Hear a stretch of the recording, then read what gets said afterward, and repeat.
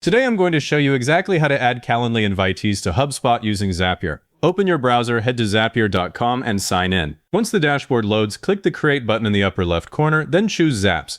The Zap editor opens and you're looking at a blank trigger step. Click that trigger step, search for Calendly, select it, and for the trigger event, pick Invitee Created. That fires every single time someone successfully books one of your Calendly event types. Click Continue. If your Calendly account isn't connected yet, you'll be prompted to log in and authorize. I already connected mine, so I just select it from the drop-down and click Continue again. Before we move on, if you have multiple Calendly accounts, double-check you're using the one that actually hosts the event types people book. Picking the wrong account here is a common mistake, and it makes the trigger pull 0 tests. Now we test that trigger, click the Test Trigger button.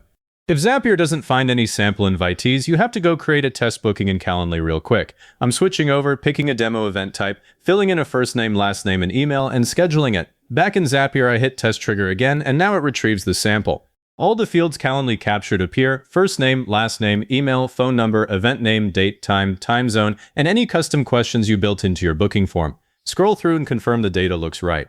The email field especially is the one HubSpot uses to match contacts, so if it's blank or a weird placeholder, you need to fix your Calendly form before wiring this up. Hit the plus button right below the trigger to add the action.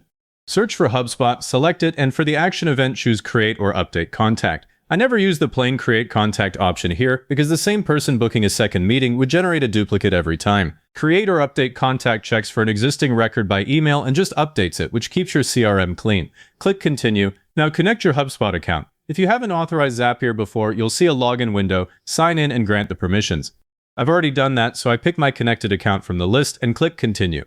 Now the field mapping screen loads, and this is where you decide exactly what lands in HubSpot. On the left, you have Calendly fields. On the right, the HubSpot properties. Map email to email first. This is the one that absolutely cannot be missed, because without it, HubSpot can't identify who the contact is. Then map first name to first name and last name to last name. If your Calendly form asks for a phone number, map that too. I also map the event name into a custom property so I know later which meeting they booked. To do that, click inside the HubSpot field, scroll down, type a new custom property name like Calendly event name, and create it on the fly. I also take any custom questions and their answers and map them into the notes field as a single chunk, just so I have the raw answers without cluttering up the contact record with a dozen custom fields. If you need the meeting date and time for HubSpot workflows, map those as well, but I usually skip them because the actual booking sits in Calendly. Scroll further down and you'll see all the standard HubSpot properties: lifecycle stage, lead status, contact owner, lead source. I always set lead source to something like Calendly so marketing can see exactly where the contact came from. If these are sales bookings and you don't want them getting marketing emails, set the marketing contact status to not marketing right here, because the default often opts them in and you end up with angry unsubscribes later. Fill in whatever else makes sense for your team, then click Continue.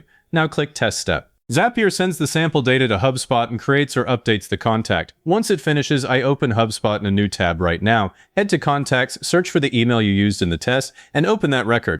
Verify the name, email, lead source, and any custom properties came through correctly. If the Notes field shows all your Calendly answers, great. If something is missing or mapped to the wrong property, go back and adjust before you publish. Fixing one mapping now saves you from cleaning up dozens of bad contacts later. If you only want certain bookings to reach HubSpot, click the plus button between the trigger and action, search for Filter by Zapier, and add conditions. For example, I set event name contains demo. Now only demo bookings move forward, everything else gets stopped.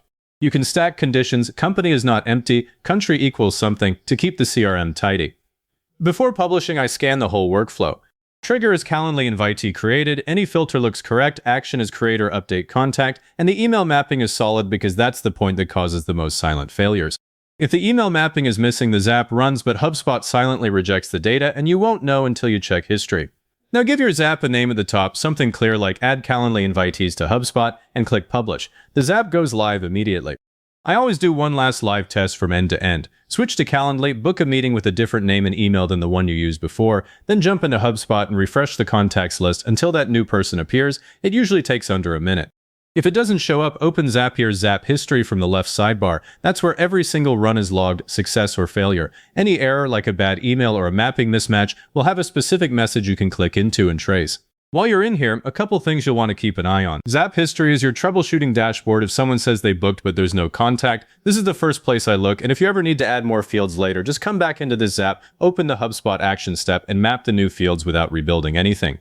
Also, if you're on a limited plan, check your task usage under Settings in the sidebar. I've seen people burn through their monthly allowance because they forgot a high-volume Zap was running round the clock. If this video helped you get it set up, give it a like, subscribe, and leave a comment saying it was helpful. Comments are what push this to other people looking for the same thing.